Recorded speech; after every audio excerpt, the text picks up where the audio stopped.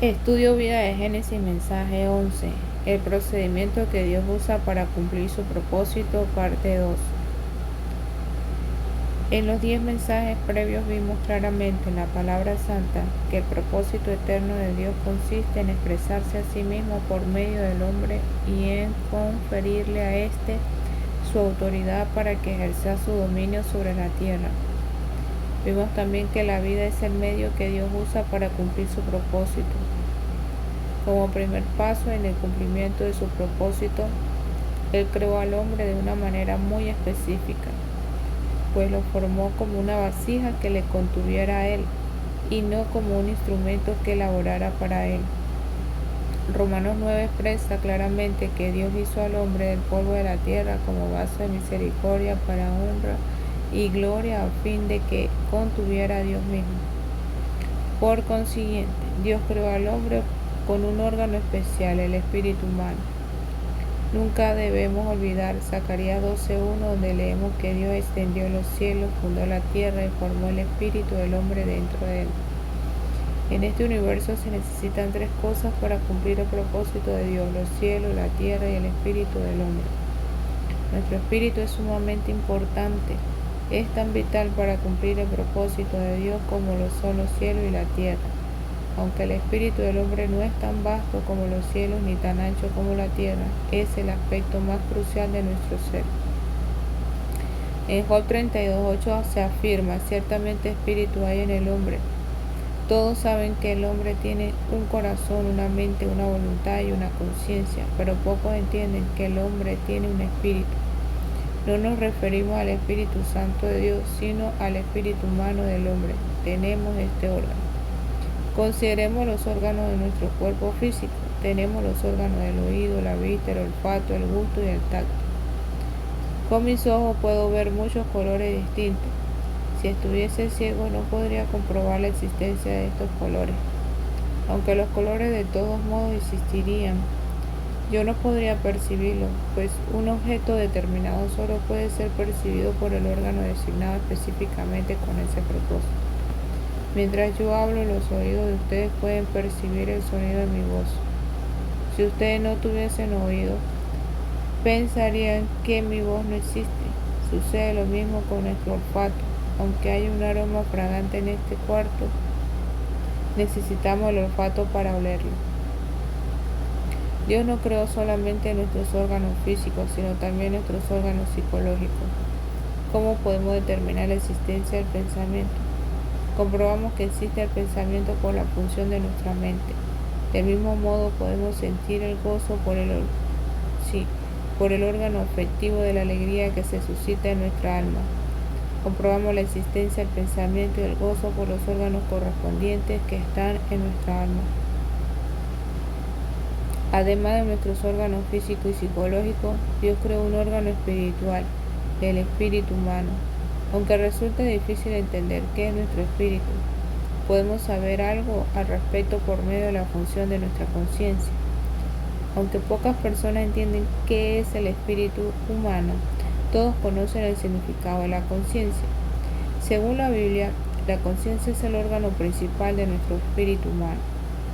¿Dónde está nuestra conciencia? No es fácil determinarlo. De hecho, también es difícil ubicar nuestra parte emotiva, nuestra mente y nuestro corazón. En realidad, tenemos 2 corazones, uno físico y otro psicológico. Es fácil ubicar nuestro corazón físico, pero resulta difícil encontrar nuestro corazón psicológico.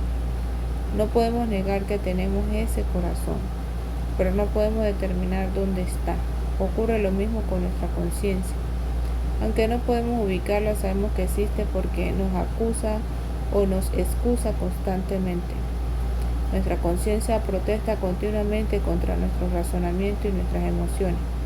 Por ejemplo, en la escuela algunos jóvenes tienen la tentación de robar cuando piensan que los demás son ricos, que lo tienen todo y que ellos son pobres.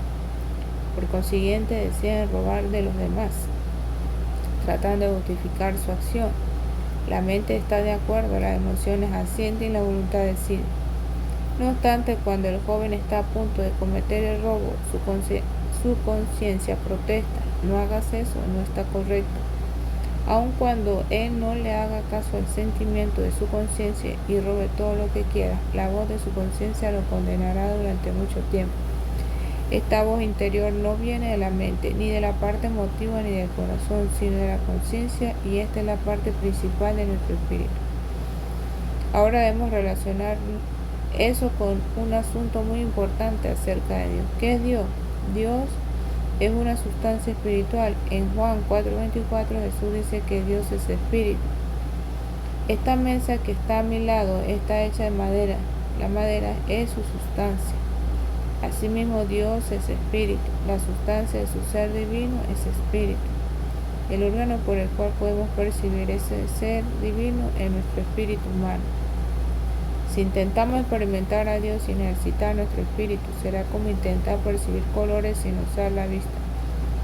Si usamos el órgano equivocado, es imposible percibir a Dios. Alabamos a Dios porque en su creación Él formó un espíritu dentro de nosotros.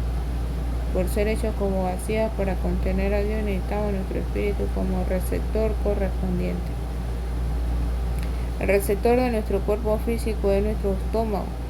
Si tuviéramos boca pero careciéramos de estómago, nos resultaría imposible recibir comida para abastecer todo el cuerpo. El estómago no es solamente un receptor, sino también un órgano digestivo que asimila la comida y la distribuye a las células de la sangre. Finalmente, la sustancia de la comida digerida y asimilada se convierte en nuestros tejidos orgánicos. Dios tiene la intención de depositarse en nosotros. ¿Cómo lo puede hacer? Él lo hace al ser nuestra comida. El mismo Señor Jesús nos dijo que Él venía como el pan de vida. Juan 6:35. Él dijo también, el que me come, Él también vivirá por causa de mí. Juan 6:57. Esto significa que Jesús no es solamente nuestro Salvador, Redentor y vida, sino también nuestra provisión de vida. Él es el pan de vida. Dios desea infundirse a nosotros al ser alimento que podamos recibir. ¿Qué órgano usaremos para ingerir a Dios? Nuestro espíritu humano. Debemos orar. La oración no consiste solamente en pedir a Dios que haga cosas por nosotros. Esta idea de la oración es demasiado superficial. Orar es respirar cada vez que clamamos, oh Padre Celestial, o invocamos, oh Señor Jesús. Estamos respirando. Cuando respiramos, inhalamos aire. Asimismo, cada vez que oramos a Dios ejercitando nuestro espíritu, recibimos su ser divino en nuestro espíritu. Dentro de nuestro espíritu lo contenemos a Él y en cierto sentido lo asimilamos y distribuimos sus elementos divinos a todo nuestro ser. De este modo Dios entra en nosotros como vida. Nosotros los seres humanos fuimos hechos por Dios de una manera muy específica. Fuimos hechos como vasijas que tienen un receptor, nuestro espíritu humano. Este fue el primer paso que Dios dio para cumplir su propósito. 3. El segundo paso, el hombre recibe a Dios como vida. Génesis 2, del 8 al 17. Ahora llegamos al segundo paso. Casi nadie puede llevar a cabo algo en un solo paso. Por consiguiente, después de crear Dios al hombre como vasija con un espíritu humano que lo recibiera y lo contuviera, dio otro paso al poner al hombre delante del árbol de la vida. Puso al hombre frente al árbol de la vida. Como relaté en el mensaje anterior, cuando yo llevaba poco tiempo como cristiano me confundía Génesis 2 porque para mí no parecía tener el estilo clásico que se esperaba de la Biblia. Me recordaba el juego de algunos niñitos que hacen objetos de barro y los colocan frente a otros. No obstante, según Génesis 2, Dios puso al hombre frente al árbol de la vida. ¿Qué es la vida? La vida es misteriosa. Incluso los médicos y los biólogos son incapaces de definir la vida. Aunque la vida es misteriosa, Génesis 2 la presenta de una manera palpable y sólida como el árbol de la vida. Tal vez anhelemos conocer el significado del árbol de la vida, pero no debemos apresurarnos. No debemos acercarnos a algo tan misterioso como la vida de una forma apresurada y superficial. Es fácil hablar de un pizarrón, pero resulta muy difícil hablar de la vida. De momento, debemos ver simplemente que Dios puso al hombre frente al árbol de la vida. Cuando yo era joven y leía los 2 primeros capítulos de Génesis, me preguntaba por qué Dios no le había ordenado a Adán que lo adorara como creador. Pensaba que Dios debía haber dicho a Adán: soy tu creador.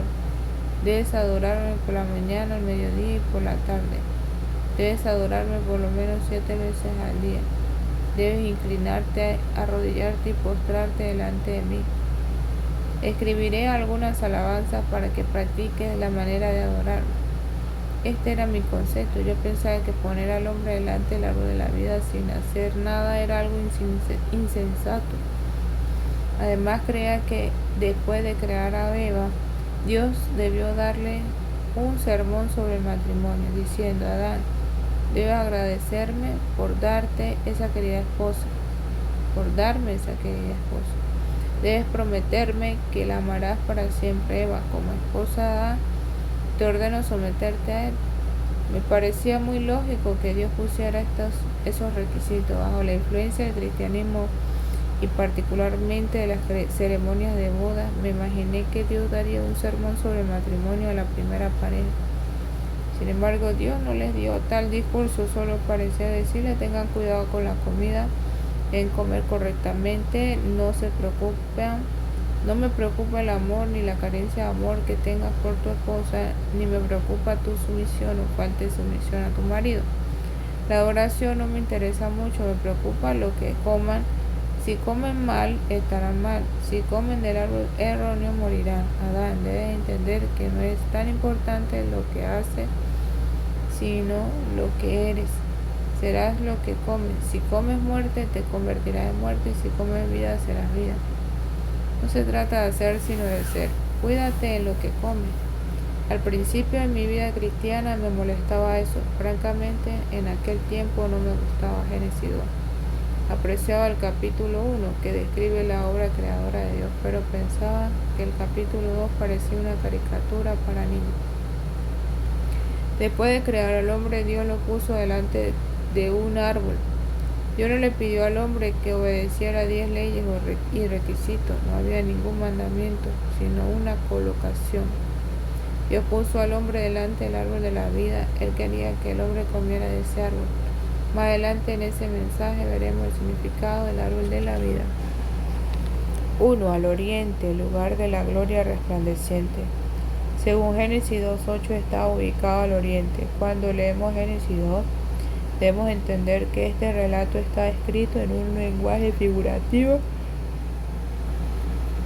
y que estas figuras deben ser entendidas en un sentido simbólico. En el mensaje 10 dije que ver el lenguaje simbólico de la Biblia no es algo equivocado, pues aún el apóstol Pablo hizo una alegoría con respecto a Sara y Agar. Gálatas 4:22 al 26. Porque está escrito que Abraham tuvo 2 hijos, uno de la esclava y el otro de la libre. Pero el de la esclava nació según la carne, más el de la libre por la promesa, lo cual es una alegoría, pues estas mujeres son los 2 pactos. El uno proviene del monte Sinaí, el cual da hijos para esclavitud. Este es Agar, porque Agar es el monte Sinaí en Arabia y corresponde a la Jerusalén actual, pues está junto con sus hijos está en esclavitud, más la Jerusalén de arriba, la cual es madre de todos nosotros, es libre. Por consiguiente, debemos usar la simbología para entender Génesis 2. En la Biblia, al oriente se refiere a la dirección de la gloria resplandeciente, porque la luz gloriosa del sol viene del oriente. Ezequiel 43:2.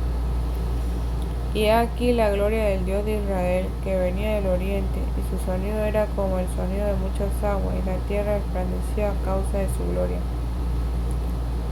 Esto es muy significativo. Cada vez que nos reunimos y tenemos la presencia del Señor, sentimos en lo profundo de nosotros que esta reunión es gloriosa.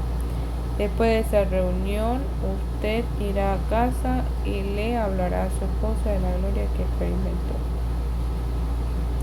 2. En el Edén, un lugar delicioso. Dios puso al hombre en el Edén. En hebreo la palabra Edén significa delicia. Por tanto, Edén es un lugar placentero, un lugar de deleite y de esparcimiento. No se imagine que es incorrecto divertirse. Indudablemente las diversiones pecaminosas y mundanas de hoy no son sanas, pero la diversión en Dios ciertamente es correcta. 3. En un huerto, un lugar hermoso y agradable. Dios puso al hombre en un huerto, y no en una fábrica, ni en una escuela, ni en una catedral. Él lo puso en un huerto, un lugar que no solo es agradable y hermoso, sino también un lugar donde crecen cosas.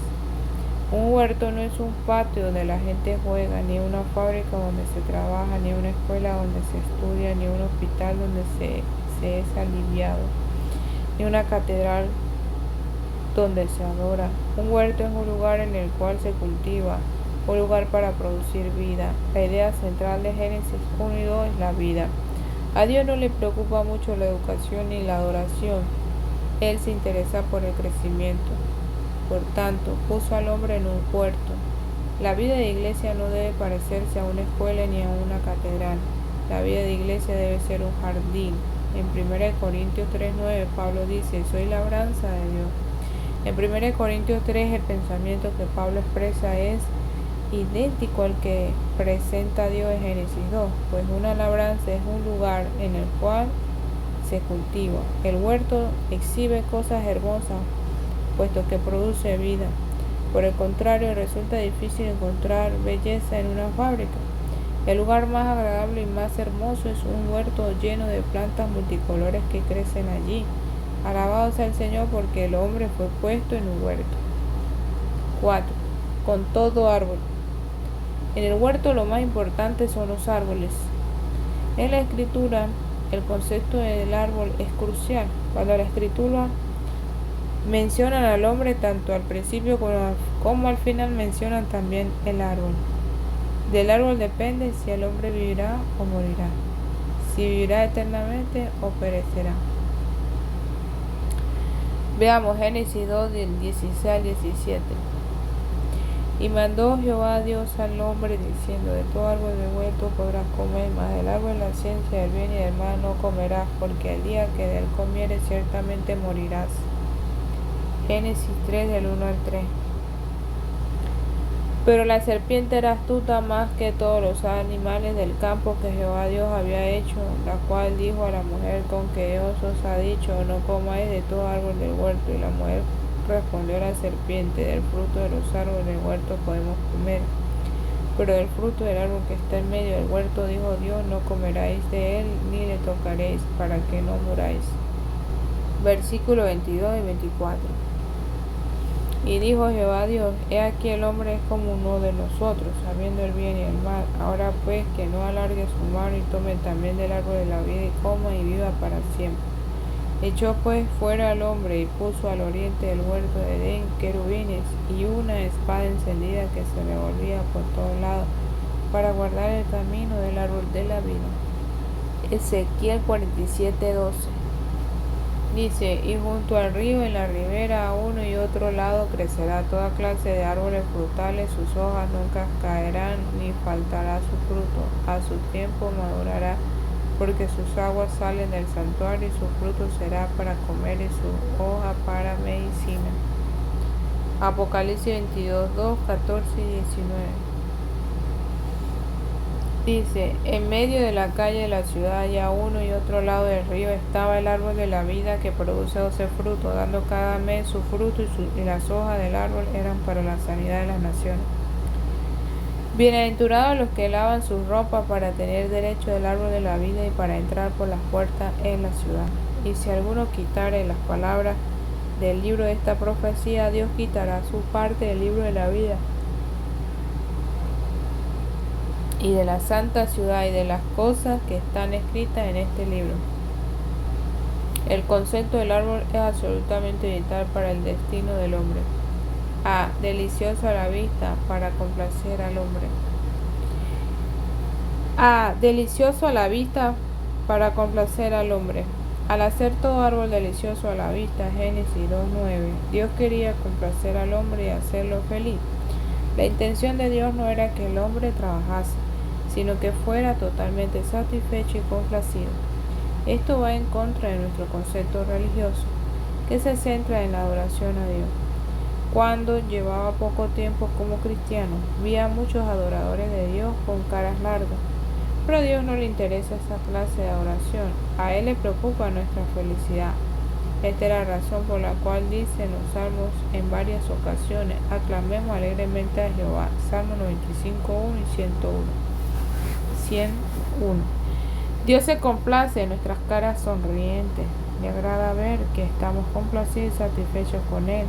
No piense en lo que usted ha hecho por Dios ni en lo que debería hacer por Él. Usted debe considerar lo alegre que está en el Señor.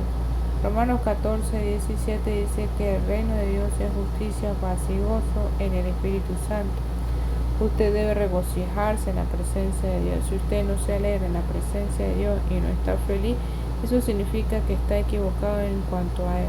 Todo lo que haga por Dios se le convertirá en una pesada carga si no siente ninguna alegría. Usted no tiene por qué llevar esa carga, necesita alegría. Debe estar alegre, complacido y plenamente satisfecho por Dios y con Dios.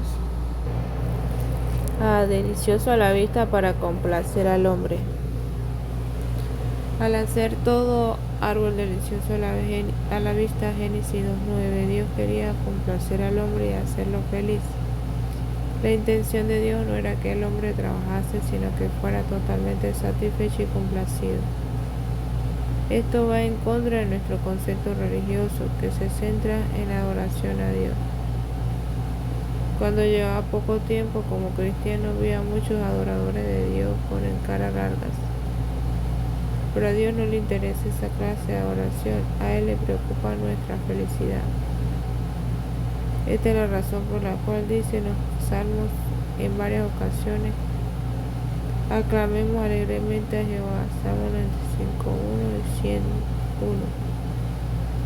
Dios se complace en nuestras caras sonrientes, le agrada ver en nuestras caras sonrientes, ver que estamos complacidos y satisfechos con Él. No piense en lo que usted ha hecho por Dios ni en lo que debería hacer por Él. Él usted para deber considerar lo alegre que está en el Señor. Romanos 14:17.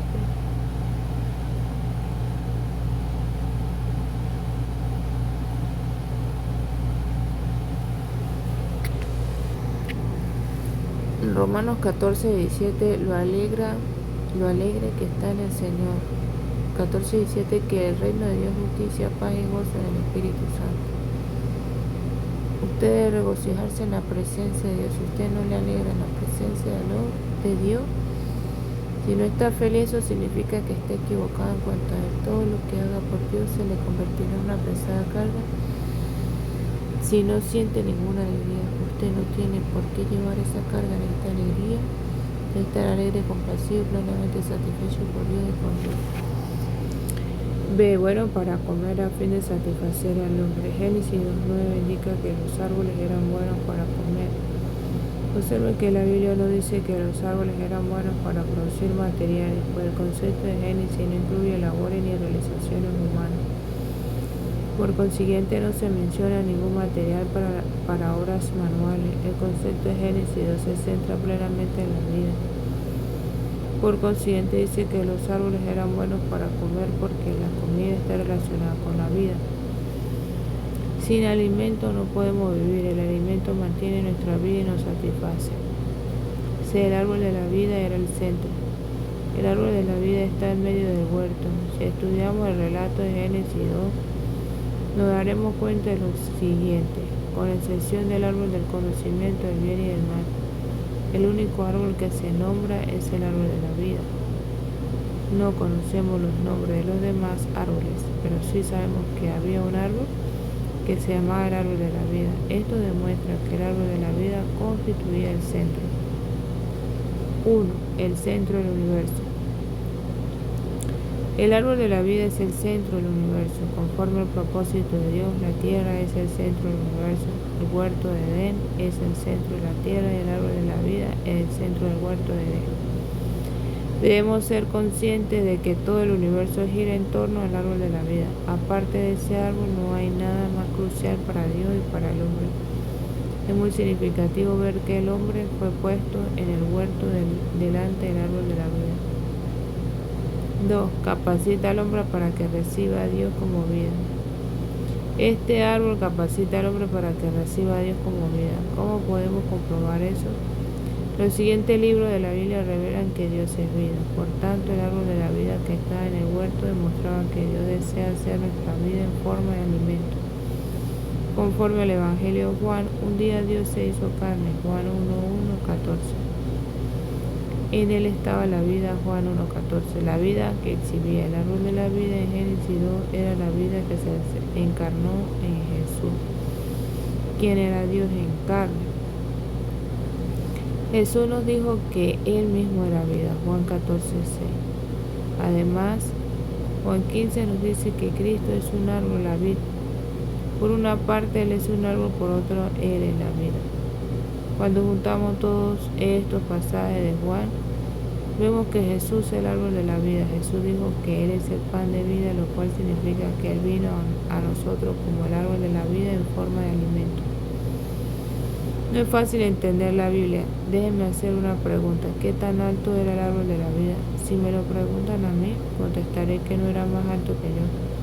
Doy esta respuesta porque Adán, quien fue puesto delante del árbol de la vida, probablemente no era más alto que yo. Si el árbol de la vida tuviese una gran altura, su fruto habría estado fuera de nuestro alcance. Adán y Eva no tenían ni escalera ni instrumento alguno para coger el fruto de ese árbol.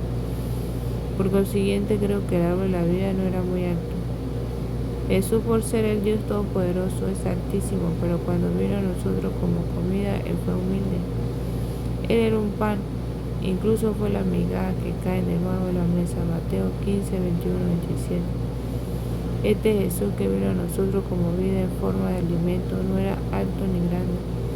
Él era pequeño y humilde. Todo lo que comemos debe ser más pequeño que nosotros. De lo contrario, no podríamos ingerirlo. Aun cuando nuestra comida sea más grande que nosotros, debemos cortarla en pedazos lo suficientemente pequeños para poderla ingerir. Por tanto, Jesús vino a nosotros como vida en forma de comida. Él dijo: yo soy el pan de vida, y el que me come, él también vivirá por mí. Dios es el Hijo, es el árbol de la vida, bueno para ser comido. Día tras día podemos alimentarnos de Él, podemos comerlo a Él. 3. Tipifica a Cristo. El árbol de vida tipifica a Cristo, quien imparte vida al hombre y quien lo expresa, quien lo complace y lo satisface. Juan 15:1, Éxodo 15:25. Y Moisés clamó a Jehová, y Jehová le mostró un árbol, y lo echó en las aguas, y las aguas se endulzaron. Allí les dio estatutos y ordenanzas, allí los probó. Cristo nos imparte la vida divina, nos complace y nos satisface. Muchos de nosotros podemos dar testimonio de eso. Podemos decir: alabado Jesús, aleluya, Jesús me ha impartido vida, Él me satisface siempre. Este es el árbol de la vida.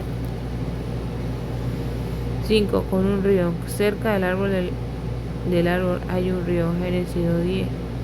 Puesto que este es un árbol de vida, el río también debe ser de vida. Al final de la Biblia vemos también un río de vida que fluye y un árbol de vida que crece. Apocalipsis 22 del 1 al 2. Al principio y al final de la Biblia encontramos el árbol de la vida y un río que fluye con agua viva.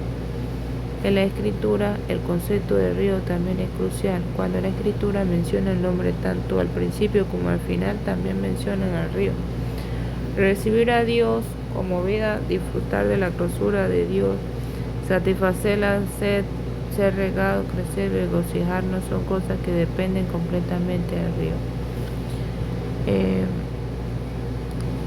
Con referencia a Salmo 36, del 8 al 9, 46, 4, 65 versos, 17, del 1 al 7, Joel 3, 18, Zacarías 14, 8, Juan 14, 4, 14, 7, 37, 38, Apocalipsis 22, 1. Si usted recibe al Señor Jesús, enseguida sentirá que en lo profundo de su ser algo lo riega, algo fluye dentro de usted. ¿No ha tenido usted esta experiencia? Cada vez que dice: Señor Jesús, te amo, o cada vez que ora al Señor, significa que lo recibe una vez más. Usted siente que algo fluye dentro de usted. Cada mañana de tomar a Cristo como su desayuno, al mediodía, Él debe ser su almuerzo y por la noche lo debe comer como cena. Usted comerá a Cristo por lo menos 3 veces al día.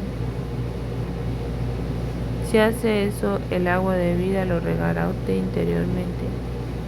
Nunca estará seco. Quizá usted trabaja en una oficina todo el día y llega a casa cansado y extenuado del trabajo, sintiéndose bastante seco. Si toma Jesús como su cena, brotará agua viva dentro de usted. Salía de él un río para que regara el huerto. Este fluir de él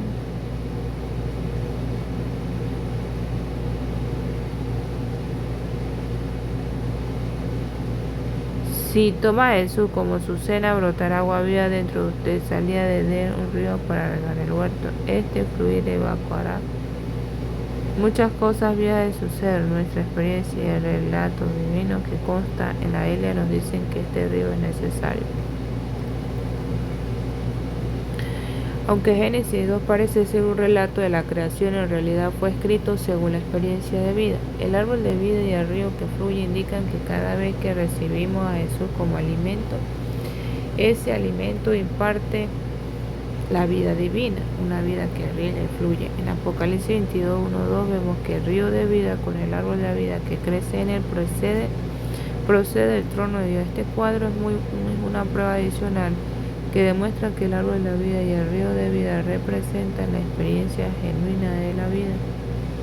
Cada vez que ingerimos a Dios en Cristo como vida nuestra, tenemos este río que fluye dentro de nosotros.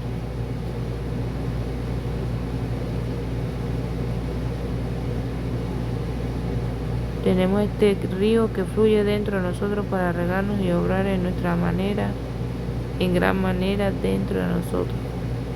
A. Regar, satisfacer la sed y emanar la vida. A. Desea fluir de agua de vida de nuestra vida física. Depende del agua. Del mismo modo, día tras día debemos tomar agua de vida para mantener el fluir de la vida divina dentro de nosotros. Esto nos proporciona la circulación espiritual de la vida divina. Ve, brota de Edén. Diosito, Señor, ten misericordia de mi prueba, hermanita.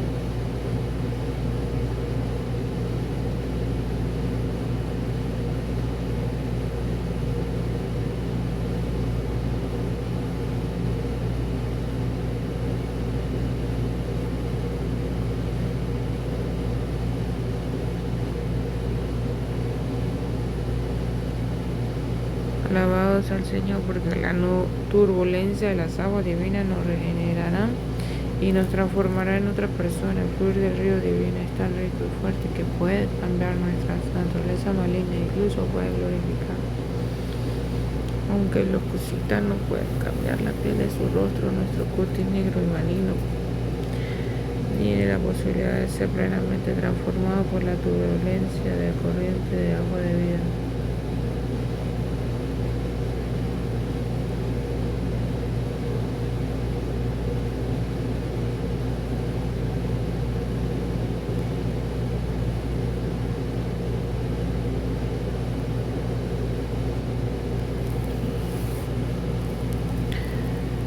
Oh Señor Jesús, desde la perspectiva humana esta naturaleza más puede cambiar. Alabado sea el Señor, porque la turbulencia de las aguas divinas nos reinará y nos transformará en otra persona. El fluir del río divino es tan rico y fuerte que puede cambiar nuestra naturaleza maligna, incluso puede glorificarnos.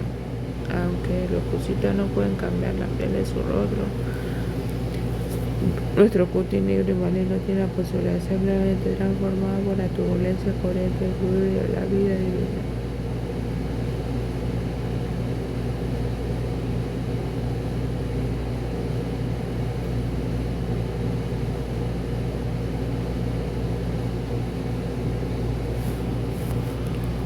El tercer brazo se llama Hidekel. El nombre hebreo es del tigris, que significa rápido, lo cual implica poder.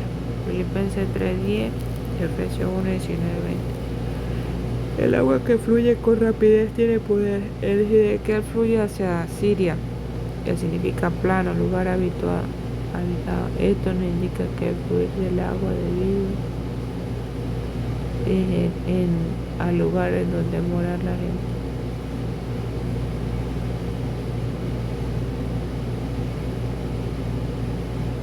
Oh Señor, eso está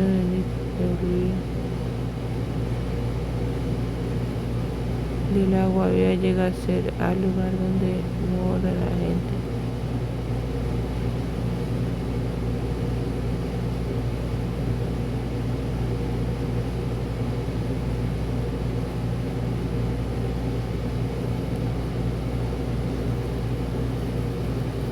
El agua que fluye con rapidez tiene poder. El que fluye hacia Siria, que significa plano, lugar habitado. Esto nos indica que el fluir del agua debía llegar al lugar donde mora la gente. Por referencia a Padre Juan 10:10 y 7:37. El cuarto río, el cuarto brazo. El cuarto brazo se llama Perat, el nombre en hebreo del Éufrates, que significa dulce, fértil o fructífero. Por referencia a 2 Corintios 2:14, 2 de Pedro 1:3-8 y 11, Gálatas 5:22-23. Ahora se enseña el primer último.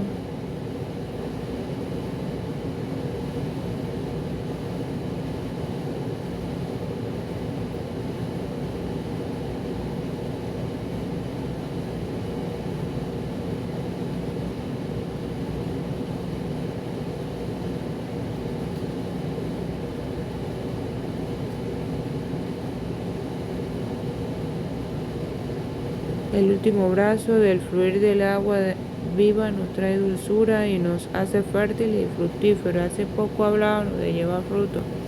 ¿Cómo podemos llevar fruto? Solo por el fluir del río de vida que corre dentro de nosotros. Mientras la vida fluye adentro, nos traerá dulzura y nos hará fértiles y fructíferos. Esto es maravilloso. Si juntamos los 4 brazos del único río, tenemos un cuadro completo del Nuevo Testamento. Necesitamos todo el Nuevo Testamento para definir los 4 brazos del único río de la vida divina. Una vez más quisiera decir que todo lo que encontramos en el libro de Génesis es una semilla. El crecimiento de la semilla está en el Nuevo Testamento y la cosecha se halla en el libro de Apocalipsis. La semilla del río que fluye es sembrada en Génesis 2. El crecimiento se produce en los siguientes libros de la Biblia.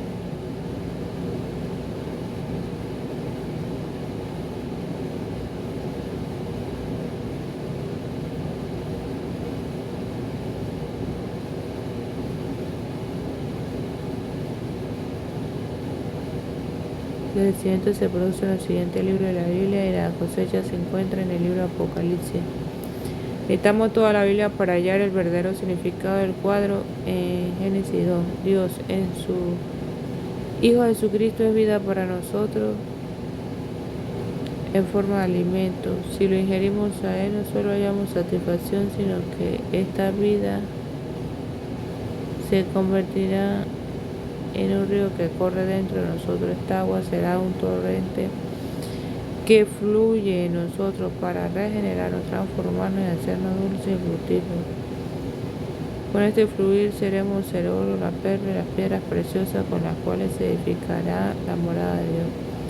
La nueva Jerusalén, alabado sea el Señor. Así cumple Dios su propósito eterno.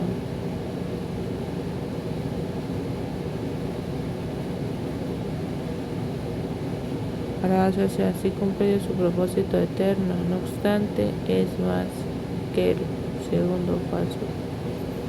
Abarcaremos el tercer paso en el mensaje siguiente. Alabado sea el Señor. Amén.